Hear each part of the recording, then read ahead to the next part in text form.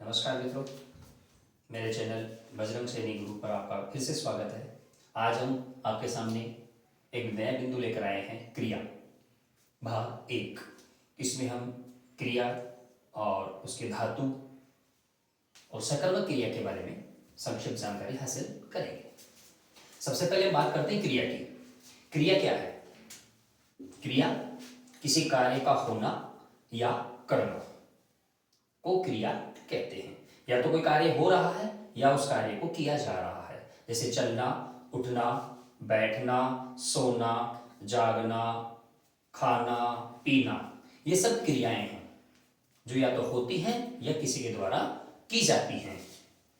तो कार्य का होना या करना क्या कहलाता है? क्रिया कहलाता है। चलना, उठना, बैठना, सोना, जागना, खाना। और परीक्षाओं में कई बार ऐसा भी पूछ लिया जाता है कि क्रिया के मूल रूप को क्या कहते हैं। तो क्रिया के मूल रूप को हम धातु कहते हैं। क्रिया का मूल रूप धातु कहलाता है। क्योंकि हमारी हिंदी व्याकरण संस्कृत से ली गई है, तो यहाँ पर धातु शब्द जो संस्कृत का है उससे क्रिया का निर्माण होता है। यहाँ पर एक छोटा सा चार्ट हमने बनाया है, ये आप देख सकते हैं। ये धातुएं हैं और ये क्रियाएं हैं। उठ धातु में प्रत्यय जुड़ने पर उठना क्रिया बन गई। सो धातु में प्रत्यय जुड़ने पर सोना क्रिया का निर्माण हुआ है। जाग से जागना, खा से खाना, पी से पीना। या हम यूं समझ सकते हैं कि क्रिया में से ना हटा दिया जाए तो वह जो शेष बचता है वह उसकी धातु हो जाती है। अब हम बात करते हैं क्रिया के प्रकारों की। क्रिया के प्रकार कितने हैं? देखिए, क्रिया के अलग अलग आधार पर अलग अलग प्रकार माने गए हैं। अर्थ के आधार पर क्रिया के 8 प्रकार हैं। फिलहाल हम बात करें रचना के आधार। क्रिया के 2 प्रकार है रचना के आधार पर। कौन कौन से? मुख्य थे।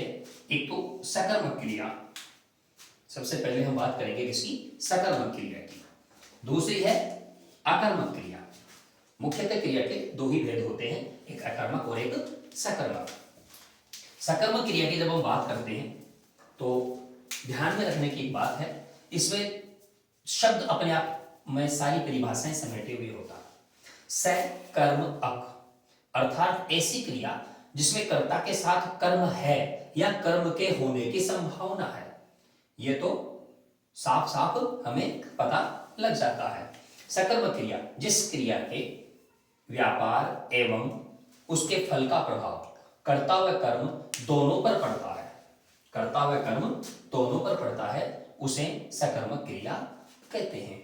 इसका मतलब यह हुआ कि उस वाक्य में या तो कर्ता के साथ कर्म उपस्थित है या कर्म के होने की उसमें संभावना है, जिससे उस क्रिया के व्यापार या उसका फल कर्ता से निकलकर किसी और तरफ चला जाता है, कर्म की तरफ चला जाता है।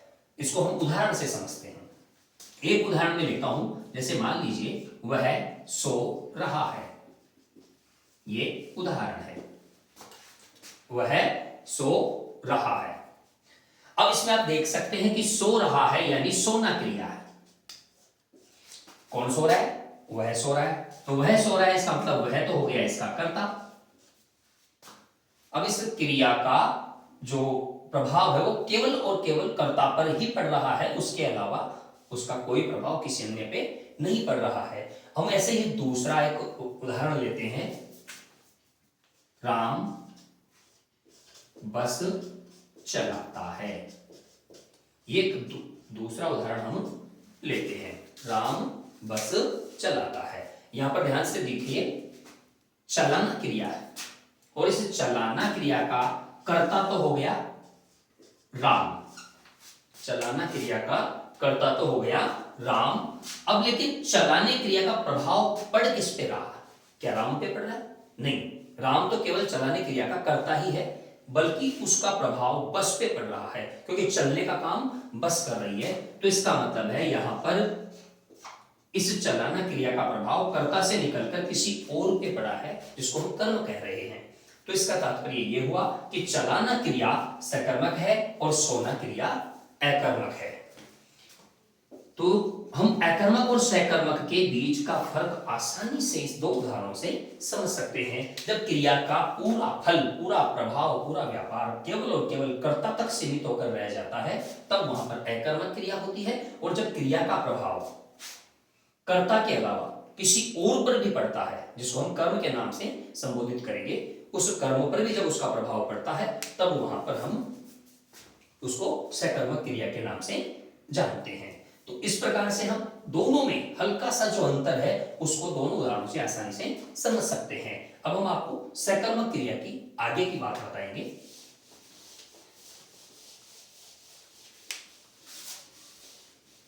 अब तक आपने देखा कि सकर्मक क्रिया का मतलब है क्रिया में कर्म का होना या कर्म के होने की संभावना होना। तो अब देखिए सकर्मक क्रियाओं को मैं कुछ और उदाहरणों से समझाता हूं। सकर्मक क्रिया, कर्म है या नहीं।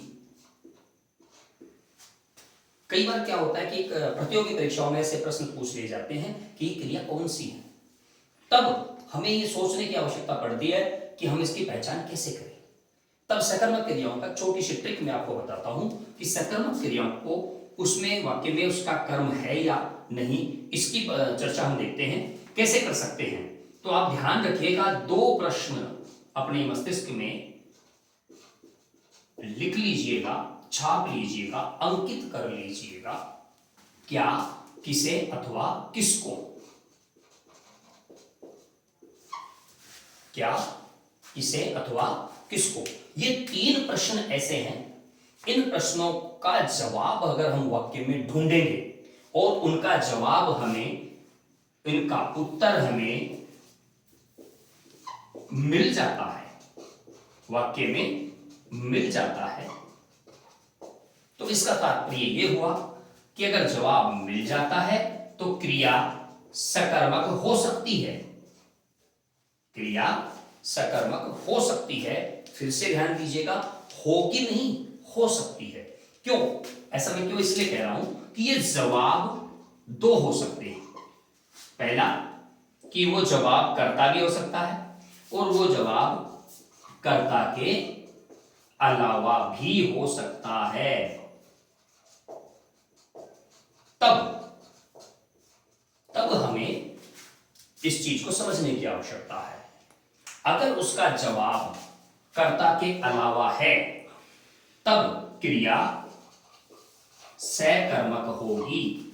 अगर उसका जवाब कर्ता है तो क्रिया अकर्मक होगी। इस बात का विशेष ध्यान आप रखिएगा। इसको थोड़ी मैं आपको उदाहरण से समझाता हूं। एक प्रश्न है, सुधीर बुद्धिमान है। सुधीर बुद्धिमान है। एक प्रश्न, एक वाक्य और लिखता हूं मैं, वह तो बेईमान निकला।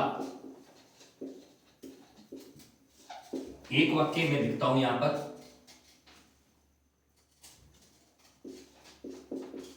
मोहन पुस्तकें खरीदता है।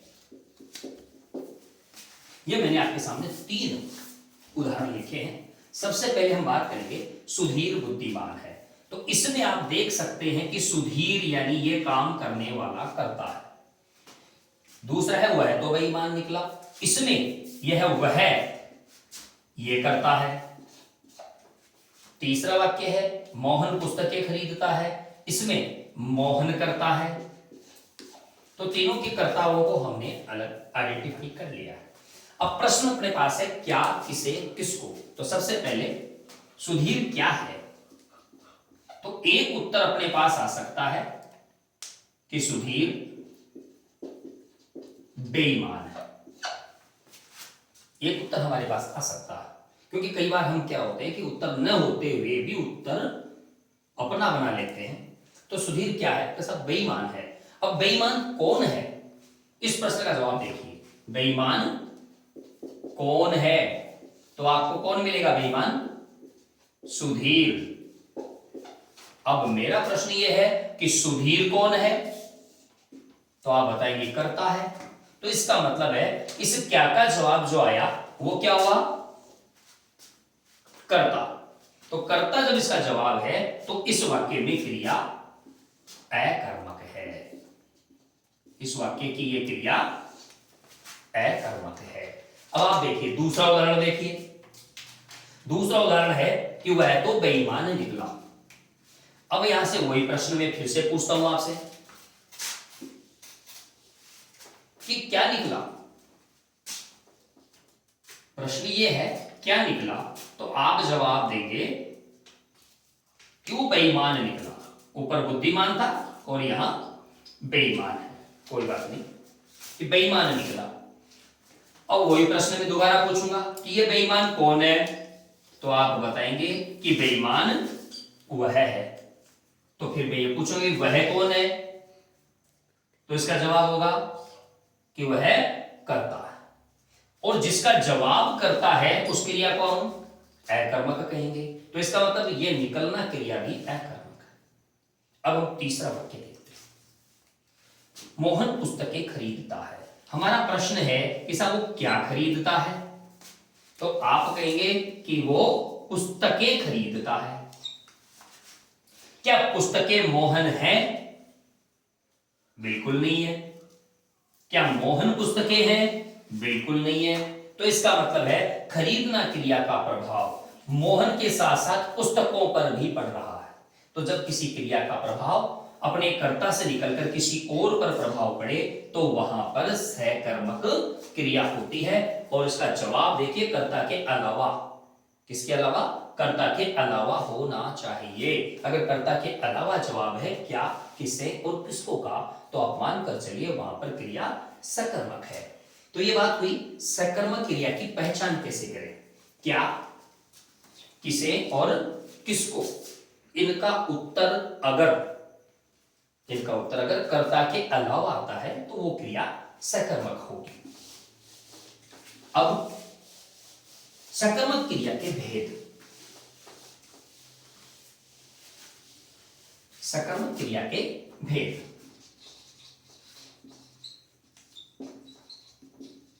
सकर्मक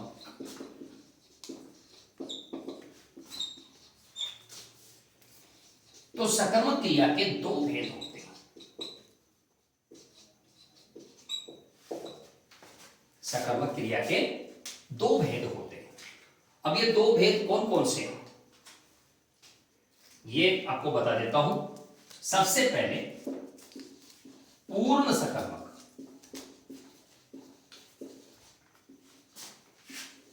ये सकर्मक क्रिया का पहला भेद है। तो सकर्मक क्रिया का पहला भेद है पूर्ण सकर्मक। इसका मतलब होगा क्रिया को अर्थ की प्रतीति के लिए, क्रिया को अर्थ की प्रतीति के लिए कर्म के पूरक की आवश्यकता न हो तो वहां पूर्ण सकर्मक क्रिया होती है।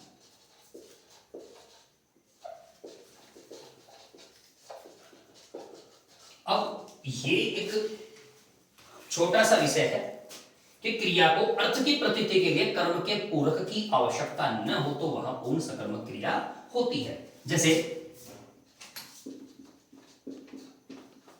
मैं दो उदाहरण दूंगा, क्योंकि जब तक हम तुलना नहीं करेंगे तब तक हमें पता नहीं लगेगा कि अर्थ की प्रतीति के लिए पूरक की आवश्यकता कैसे पड़ती है और कैसे नहीं पड़ती। जैसे मान लीजिए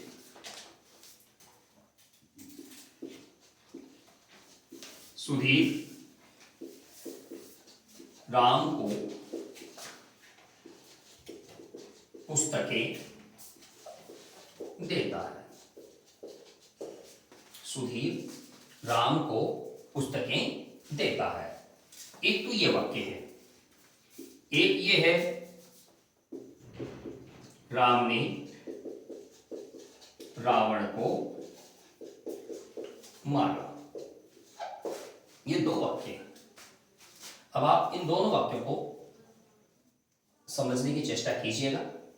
सबसे पहले हम इस वाक्य को समझेंगे, सुधीर राम को पुस्तकें देता है। ठीक, तो क्रिया, क्रिया से प्रश्न बनाएंगे। तो पहला प्रश्न है क्या देता है, तब आप कहेंगे पुस्तकें देता है। तो इसका मतलब ये हुआ कर्म, ये इसका मुख्य कर्म है, ये इसका मुख्य कर्म है। लेकिन किसको देता है, यह प्रश्न भी तो है अपने पास, किसको देता है, तब हमारा जवाब होगा कि राम को देता है, तो यह भी कर्म हुआ। तब हम अगर उसको मुख्य कर्म कहेंगे तो यह कर्म गौण कर्म कहलाएगा। तो इसमें आप देख सकते हैं एक मुख्य कर्म है और एक गौण कर्म है, यानी अर्थ की प्रतीति के लिए हमें कर्म के पूरक की आवश्यकता पड़ती है, कर्म के पूरक की आवश्यकता हमें पड़ती है। अब देखिए, राम ने रावण को मारा, मारा किसने मारा, साहब कर्ता ने, ये हो गया कर्ता। किसको मारा, रावण को मारा, ये हो गया कर्म। तो इसका तात्पर्य ये हुआ कि यहां पर किसी भी स्थिति में हमें कर्म के पूरक की आवश्यकता नहीं पड़ी। जब कर्म के पूरक की आवश्यकता नहीं पड़ी तो यहां क्रिया हो जाएगी पूर्ण सकर्मक। क्रिया कौन सी हो जाएगी, पूर्ण सकर्मक। अब एक और मैं आपको बताता हूं, छोटा सा वाक्य है, जैसे राजा ने अमात्य को महामात्य बनाया। तीनों वाक्यों को जब आप तुलना करेंगे तब आपको पता लगेगा कि वास्तव में पूर्ण अकर्मक, पूर्ण सकर्मक और अपूर्ण सकर्मक में क्या अंतर है। राजा ने अमात्य को महामात्य बनाया, सब क्या बनाया, महामात्य बनाया। तो इसका मतलब ये हुआ कर्म। चूंकि ये कैसे इसका प्रश्न तुरंत आया है तो इसके लिए ये हो जाता है मुख्य कर्म। किसको बनाया, अमात्य को बनाया, तो ये हो गया कर्म। लेकिन ये गौण कर्म नहीं होगा यहां पर, क्यों, क्योंकि अमात्य और महामात्य एक ही आदमी है। अमात्य का मतलब होता है मंत्री, महामात्य का मतलब होता है महामंत्री। पहले मंत्री था, अब उसको महामंत्री बना दिया। तो इसका मतलब ये हुआ कि एक ही व्यक्ति को उसको पद उसका बढ़ा दिया गया। ये दो कर्म जो हैं वो अलग अलग न होकर एक ही कर्म के दो रूप हैं। तो यहां पर एक ही कर्म के दो रूप होने के कारण बनाना जो क्रिया है वो अपूर्ण सकर्मक है। और यहां देता, देना क्रिया, पुस्तकें अलग है, राम अलग है, दोनों अलग है, दोनों एक दूसरे से जुड़ी हुई नहीं है, इसलिए यहां देना क्रिया पूर्ण सकर्मक है। तो ये दोनों क्रियाएं पूर्ण सकर्मक हुई और ये क्रिया पूर्ण अकर्मक हुई। पूर्ण अकर्मक में पूर्ण सकर्मक में इतना ही अंतर है कि पूर्ण सकर्मक में या तो एक कर्म से वाक्य की अर्थ की प्रतीति हो जाती है, अगर दूसरा कर्म आवश्यकता पड़े तो दूसरा कर्म मूल कर्म से अलग होता है। जबकि अपूर्ण अकर्मक में अगर दूसरे कर्म की आवश्यकता पड़ती है तो मुख्य कर्म का ही रूप परिवर्तित करके दूसरे कर्म की उपस्थिति की जाती है। मुख्य कर्म और गौण कर्म दोनों अलग अलग न होकर एक ही के दो रूप होते हैं, तब जो वहां अपूर्ण सकर्मक होती है। और दोनों कर्म अलग अलग हो या एक कर्म से वाक्य की समाप्ति हो जाए तब वहां पर पूर्ण सकर्मक क्रिया होती है। तो आज के इस वीडियो में बस इतना ही। अब अगले वीडियो के साथ हम आपसे फिर मिलेंगे। आप हमारे चैनल बजरंग सैनी गुरु को सब्सक्राइब कीजिए, लाइक कीजिए, शेयर कीजिए और बेल आइकन दबाना न भूलिए।